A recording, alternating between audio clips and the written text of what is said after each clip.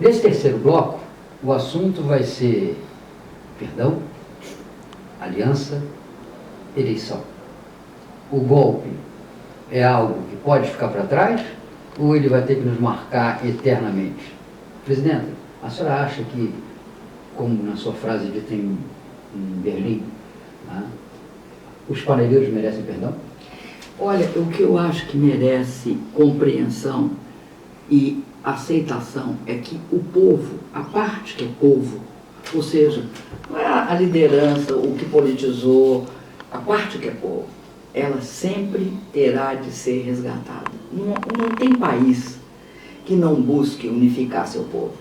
Teve muita gente que bateu panela sem ter noção do que estava fazendo ou manipulado.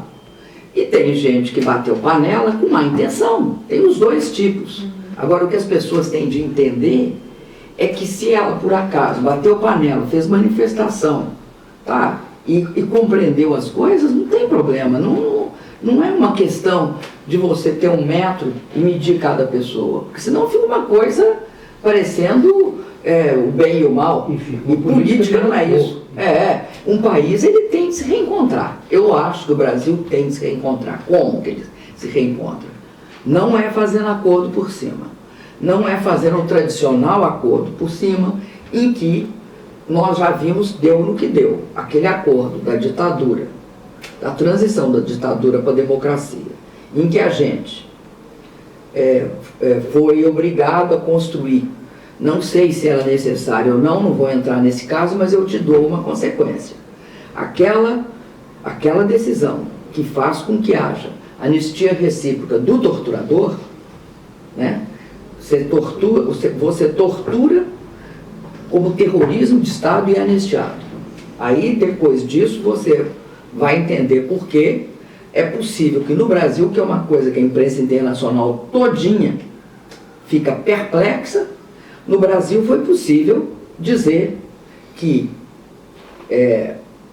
a ditadura tinha de voltar, homenagear o torturador, homenagear a tortura. Isso é um absurdo. Você não vê isso no Chile, você não vê isso na Argentina, não vê no Uruguai, porque a sociedade ali absorveu esse processo de forma crítica, prendeu quem tinha de prender. Esse processo. Pois é, isso não é bom. A gente tem que saber que não é bom.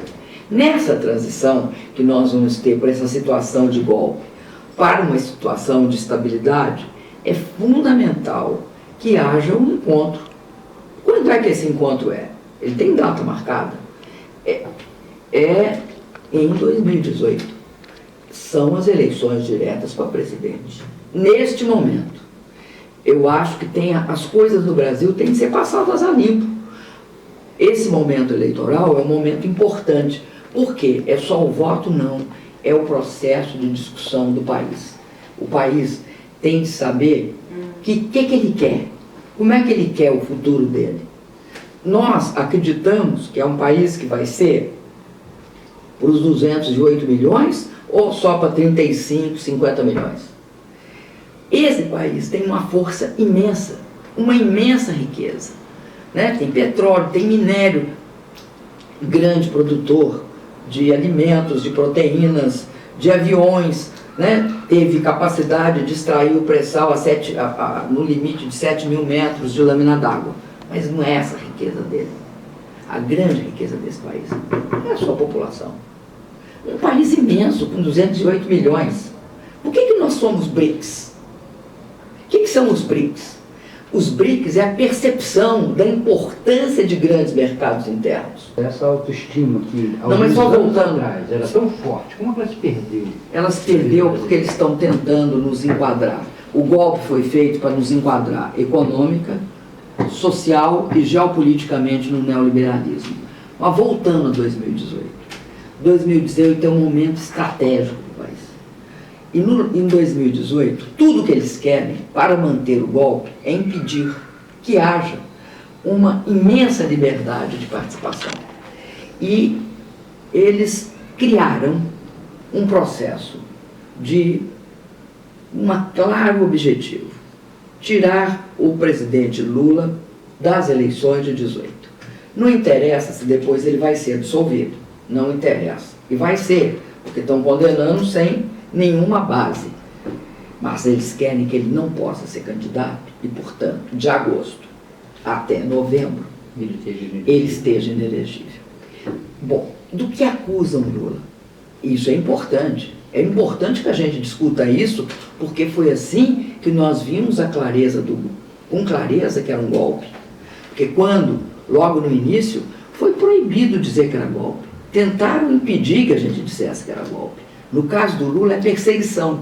A palavra mudou. É um golpe para persegui-lo. Qual é o golpe? Acusam ele de corrupção. Para ter corrupção, você precisa em qualquer legislação, você tem de ter dois casos. Dois itens, vamos dizer, dois requisitos. O ato de ofício? O ato de ofício e a vantagem. O que é o ato de ofício? O ato de ofício é, se eu assinar um decreto, uma lei, um contrato, se eu tomar uma medida. Bom, no caso do que estão acusando, que é o triplex, que o triplex é dele, não tem ato de ofício. O próprio juiz reconhece que não tem ato de ofício. Começa a ser um processo capenga. Qual a vantagem? A vantagem seria o apartamento. Ora, o apartamento não é propriedade dele nem posse dele. O apartamento é propriedade do FIFGTS. E aí, o que você tem? Você tem a instabilidade democrática produzida por um golpe, onde esgarça-se completamente o tecido judicial e você tem a seguinte história. Tem juiz que diz que não leu o processo, mas acha que ele é perfeito. Tem gente que, antes de juiz, que no mundo isso é absolutamente, é uma coisa que em qualquer lugar que você vai e diz que o juiz falou que ele tem de ser condenado, é caso de nulidade imediata. Então, nós vivemos um momento que toda a população tem de entender que há um processo persecutório com o Lula, com o objetivo claro de impedir que de agosto a novembro ele seja candidato. Eu acredito que logo depois de novembro, eles até absolveriam. Para serenar os ânimos? Óbvio, sereniza os ânimos e também pela visível absurdo. Você pega grandes juristas internacionais e eles falam isso. Eu vim de um debate na Alemanha em que isso ficou claro na Universidade. Mas o processo eleitoral sem o Lula pode ser assim, um tanto quanto confortável e previsível para eles, ou você acha que pode gerar uma insondável reação na população? Eu acho que aquilo que a gente estava discutindo há pouquinho, não vai haver um reencontro. Você não solda o Brasil, você não cria estabilidade. Um processo eleitoral sem o Lula é um processo casuístico. E tem uma coisa complicada, né? Ele impede que o país se reencontre, porque o país vai ter de buscar se reencontrar. Ele vai ter de se reencontrar em algum momento. Um processo eleitoral sem o Lula não torna legítimo. Não torna. E mais, torna sempre suspeito. E aí nós caímos naquelas, vamos dizer, nas manobras. Agora estão inventando uma manobra que sempre surge, né? Vamos lembrar, surgiu quando o Jango foi impedido, né? Que é o plebiscito, e surgiu depois da Constituinte de 88. Quando eles veem que não tem muita saída, eles vêm com o parlamentarismo. Ora, no Brasil, como nos Estados Unidos, países como nós, países que tiveram escravidão, países que têm problemas de fissura nas suas populações, não pode ter parlamentarismo. E o mesmo parlamentarismo tem de ter muita tranquilidade para que você não precipite uma crise. Nós todos estamos assistindo o que está acontecendo na Alemanha, a imensa dificuldade da chanceler Angela Merkel de fazer um novo governo. E mesmo sendo dentro da Europa quem está em melhores situações de equilíbrio econômico, sem dúvida, sem dúvida. E sendo uma política muito competente. Até uma outra questão, quer dizer, a nossa dimensão como país né, no mundo, ela indica uma tendência presidencialista, como acontece nos países de maior extensão do mundo, Estados Unidos, a União Soviética, a Rússia, né, deixou de ser a União Soviética, mesmo assim, né, a China, são países que têm necessidade de um governo central, né, senão eles se esfacelam. A Federação do Brasil é uma ficção. Né? Não, ela é importante. Nós podemos ter uma centralidade, mas podemos levar em conta também que tem 27 estados, uma diversidade cultural, social, econômica. E, sobretudo, lembrar sempre que não dá mais para concentrar o crescimento só num lugar do Brasil, né? Não dá mais para ser só o Sudeste e o Sul. Ainda nessa questão das alianças,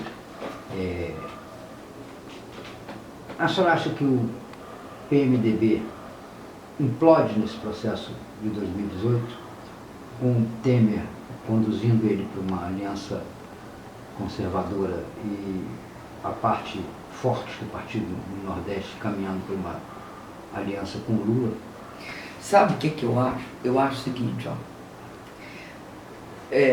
Na transição da ditadura para a democracia, depois da Constituinte, o Brasil criou um centro democrático. Esse centro democrático era progressista. Esse centro democrático, de uma forma ou de outra, ele participou como o MDB, como o PMDB e como uma frente das coalizões que se formaram. Recentemente, ou seja, no governo Lula, esse centro democrático, uma parte dele expressiva, passou a ter uma hegemonia de direita. Vai ter de reconstruir o centro democrático. Não existe como o Brasil não tenha processos de coalizão. O que não é possível que tenha no Brasil é o seguinte: é impossível que o Brasil tenha 32 partidos. Nós tivemos o fim da lei de barreira, né, da cláusula de barreira, ela caiu, se eu não me engano, foi uma decisão do Supremo, se eu não me engano, e dois outros itens democráticos importantes na nossa legislação eleitoral se transformaram em mecanismos adversos para criar no sistema eleitoral um grande fisiologismo. Eu falo do fundo partidário e do tempo de TV gratuito. Esses dois fatores são fatores democráticos. Ter um fundo partidário e ter tempo de televisão gratuito. Só que quando você tirar a cláusula de barreira, o que você instaura? Você instaura o mercado. Que mercado? O mercado que compra e vende tempo de televisão e que busca o fundo partidário para levar vantagem. E aí você me diga o seguinte: tem 32 programas para o Brasil? Não, não tem. Como é que alguém forma um partido e como é que aquilo que é intrínseco a um partido, é natureza do partido, ele quer chegar ao poder porque ele quer executar um programa partidário. Quando isso acontece, você instaura a fisiologia, porque 32 vão negociar o quê? Como é que ele chega no governo? Ele chega no governo negociando cargo, negociando emenda e negociando voto. Então, você cria na base uma lógica eminentemente fisiológica que corrói o sistema e transforma esse sistema em passível de ser hegemonizado por uma extrema-direita que era conservadora do ponto de vista civilizatório, o senhor Eduardo Cunha, e mais do que isso, que segundo o que se sabe, né, os que compraram os votos dizem, usava uma plataforma de corrupção para construir uma maioria parlamentar. Então, trocando claramente em miúdos, você tem de mudar essa estrutura, porque senão não dirige esse país. Ele não é governável. Não é possível ficar achando, como alguma imprensa acha, que a competência política da conversa resolve um problema que é estrutural. não é possível que o governo Fernando Henrique precisasse de 3 partidos para fazer maioria simples, de 4 partidos para fazer maioria de 2/3. O Lula precisou no primeiro mandato de 6 e 8, no segundo de 8 a 12, às vezes mudava, voltava para trás. Eu cheguei a precisar de 20. Então, você imagine se é possível negociar assim. Eu acho que essa questão é uma questão que está no centro do processo. Se a gente olhar a história, nós vamos ver o seguinte: sempre a eleição presidencial, ela levou a formação, a uma visão, a um projeto mais progressista, seja ele de centro-direita, seja de centro-esquerda. Sempre o parlamento no Brasil, desde o Segundo Império, foi mais conservador, porque os filtros midiáticos, financeiros, oligárquicos são mais fortes. Nós precisamos de entender que governar não é só eleger o presidente. Governar, eleger o presidente e os parlamentares, aqueles que vão decidir. Veja a França, eles elegem o presidente, um mês depois elegem o Congresso, dando espaço para o presidente fazer sua campanha. Não precisa de ser assim. Nós temos alguma coisa muito pior que está ficando evidente nesse processo eleitoral que se aproxima agora, que foi a redução dos prazos de filiação e de fidelidade partidária. Porque só por isso nós estamos encontrando situações em que há 4 meses, 5 meses do processo, do início real do processo eleitoral, né, candidatos ficam discutindo se vão se filiar ao partido A, ao partido B, ao partido C, se vão criar um partido. Não tem cláusula de fidelidade, né? Por exemplo, inadmissível em outros lugares do mundo que uma pessoa saia daqui e mude para lá. E que seja candidato. E que seja candidato. Mudar pode mudar. É quase não muda. Não, mas ela tem o direito. Sabe por quê? Mudar. Porque tem uma penalidade muito forte. Sim, mas ela tem o direito de mudar e deixar Óbvio. Concorrer, deixar de paga um preço. Pode, por isso. mas paga um preço. Uhum. Às vezes não também. Você tem razão. Às vezes não, porque eu estou pensando aqui no Melanchon, né? Que foi pro terceiro, né? A menina do Chile também, que conseguiu 20%. Você tem também fatos que... Os bônus dessa mudança. Que quando é de movimento, né? Quando significa uma divergência real, a formação de um partido real, né? E não um partido de ocasião. Como seria 2018? Eu acho que 2018 nós vamos ter de fazer eleição presidencial. Acho que cabe a gente discutir uma constituinte, até para poder ter legitimidade popular para fazer uma reforma.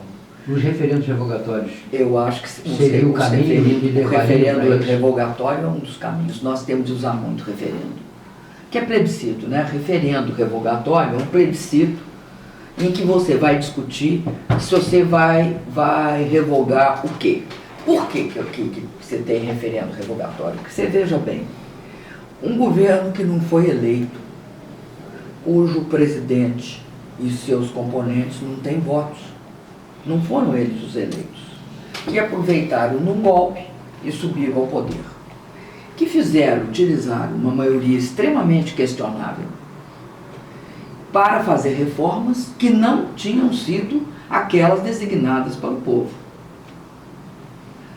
E aí, você vai aceitar que eles vendam a preço de banana o patrimônio nacional e que isso fique por isso mesmo? Eu acho que a iniciativa do senador Requião de avisar as embaixadas e a quem interessar possa que havia uma grande insegurança jurídica ao tentar aproveitar essa situação de instabilidade política do Brasil, que leva a uma insegurança jurídica e fazer negócio. A pessoa que fizer isso, o grupo político que fizer isso, o grupo empresarial que fizer isso, o país que aprovar uma coisa dessas, tem de saber que corre risco. Qual é o risco? Ele está carecendo de sustentabilidade política. Ele não tem legitimidade para fazer essas coisas. Daí a proposta de referendo regulatório. Em 18, eu acho que 18 implica em duas coisas: um reencontro democrático e uma avaliação do que o Brasil quer de si mesmo. Qual é o caminho? Vai fazer essa maluquice, essa absurda maluquice, que é a emenda constitucional do teto, a emenda constitucional não, já aprovada, a emenda constitucional já aprovada do teto dos gastos por 20 anos, 5 presidentes da República, que ela retira o pobre e a população do orçamento, e retira a população do voto. Então ela é inconstitucional, mas ela tem uma gravidade maior, ela compromete o futuro, porque quando ela trata a educação e a saúde, mas a educação sobretudo, da forma como está tratando, depois a gente pode falar do que estão fazendo com a saúde. A educação no Brasil, ela tem um papel duplo ou triplo, mas duplo, eu vou simplificar no duplo. De um lado, ela torna perene. Quando você cria uma política de distribuição de renda e de riqueza, uma das coisas mais importantes é você garantir que as pessoas não voltem atrás. A educação, ela garante que não tenha volta atrás. Ela bota o patrimônio sendo... A pessoa carrega ele, não tem como tirar dela. Internaliza. Olha, me dá cá o seu corpo. Internaliza. Né? Não pode fazer isso. Não. Internaliza. Isso ela faz. Então ela cuida de um país que tem essa diferença, essa miséria, essa desigualdade. Do outro lado, o segundo papel é que esse país não é um país,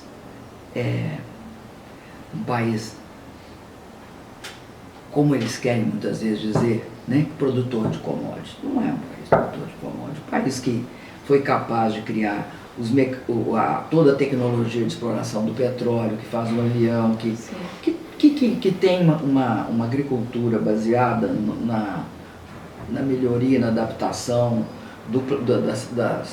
das sementes, etc., dos cultivares para a nossa realidade e tal.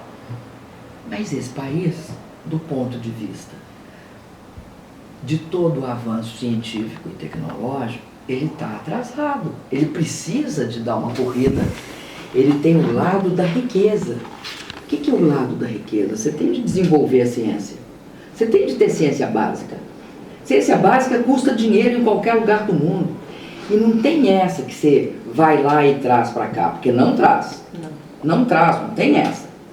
Todo país que cresceu e que virou uma nação desenvolvida, porque uma nação desenvolvida é completamente diferente do crescimento de PIB. Sim. É uma nação que produz ciência básica, porque vai gerar tecnologia e vai fazer inovação. Para isso, tem de ter educação de qualidade.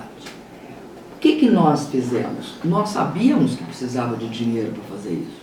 Por que a gente fez o Fundo Social do Pré-Sal? Em que a gente colocava no Fundo Social do Pré-Sal os recursos para poder investir nisso. Porque isso é o passaporte para o futuro. Esse é o passaporte. Ora, primeiro ato desse governo golpista e usurpador é uma maluquice. É simplesmente criar um teto de crescimento da educação, do gasto da educação. Nós, sem o Fundo Social do Pré-Sal, gastamos, dado todo o critério que era, né, tanto por cento da receita líquida, etc., nós gastamos 54 bilhões a mais. Porque senão você não dá conta. Porque nós temos de entender que no Brasil tem de distribuir riqueza. E o que é distribuir riqueza? É educação de qualidade para o povo brasileiro. Não é para uma elite sozinha ter acesso ao que é de melhor na cultura mundial, internacional e no Brasil. Tem de ter educação.